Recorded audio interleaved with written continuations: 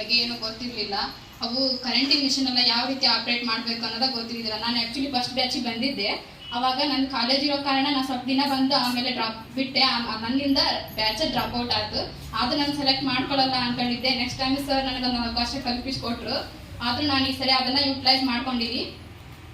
ಬರೀ ಹೆಣ್ಣು ಪರಾವಲಂಬಿ ಅಲ್ಲ, ಇನ್ನೊಬ್ಬರ ಮೇಲೆ ಬರೀ ಅವಲಂಬನೆ ಆಗೋದಲ್ಲ.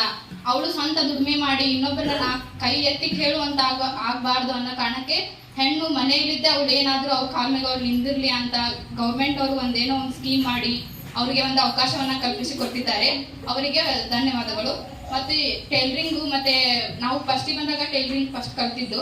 ಅವು ಕರೆಂಟಿನ ಮಷಿನ್ ಆಗಿದ್ದರಿಂದ ಹೇಗೆ ಆಪ್ರೇಟ್ ಮಾಡಬೇಕು ಅನ್ನೋದು ನಮ್ಗೆ ಗೊತ್ತಿರಲಿಲ್ಲ. ಮತ್ತೆ ಏನಾದರೂ ಸ್ವಲ್ಪ ದಾರ್ಸಿಕೊಂಡ್ರೆ ಮೇಡಮ್ ಹತ್ರ ಹೋಗಿದ್ದು, ಮೇಡಮ್ ಇದು ಬರ್ತಿಲ್ಲ ರೀ, ಹಿಂಗಾಗೈತ್ರಿ ಅಂತ. ಅದು ನಮಗೆಲ್ಲ ಹಾಗಲ್ಲಮ್ಮ ಹೀಗೆ ಅಂತೆಲ್ಲ ಪ್ರತಿಯೊಂದು ನಮಗೆ ವಿವರವಾಗಿ ತಿಳಿಸ್ಕೊಟ್ಟಿದ್ದಾರೆ ಮೇಡಮ್ಮು. ಬರೀ ಟೈಲರಿಂಗ್ ಅಷ್ಟೇ ನಮಗೆ ಬೇಜಾರಾಗುತ್ತೆ ಅಂತ ನಾನಾ ಥರ ಆರೆ ವರ್ಕ್ ಆಗಿರ್ಬೋದು, ಗೊಂಬೆ ತಯಾರಿಕೆ ಆಗಿರ್ಬೋದು, ಮೆಹಂದಿ ಕ್ಲಾಸ್ ಆಗಿರ್ಬೋದು, ಹೀಗೆ ನಾನಾ ಥರ ಒಂದು ಯೋಜನೆಗಳನ್ನು ಅವರು ಅಳವಡಿಸಿಕೊಟ್ರು ನಮಗೆ. ಇದರಿಂದ ಬಹಳ ನಮ್ಮ ಜೀವನಕ್ಕೆ ಒಂದು ಅನುಕೂಲಕರವಾಗಿದೆ. ಎಲ್ಲ ಈಗಿನ ಕಾಲದಲ್ಲಿ ಎಲ್ಲರೂ ವಿದ್ಯೆ ಪಡೆದವರೆಲ್ಲ ಓದೋರೆಲ್ಲ ಜಾಬ್ ಪಡಿತಾರಂತ ಅನ್ನಕ್ಕಾಗಲ್ಲ. ಈಗ ಸ್ಪರ್ಧಾತ್ಮಕ ಯುಗ ಇದು, ಎಲ್ರಿಗೂ ಜಾಬ್ ಸಿಗಲ್ಲ. ಓದಿದವರು ಕೂಡ ಮನೆ ಕುಂದ್ರಲೇಬೇಕು.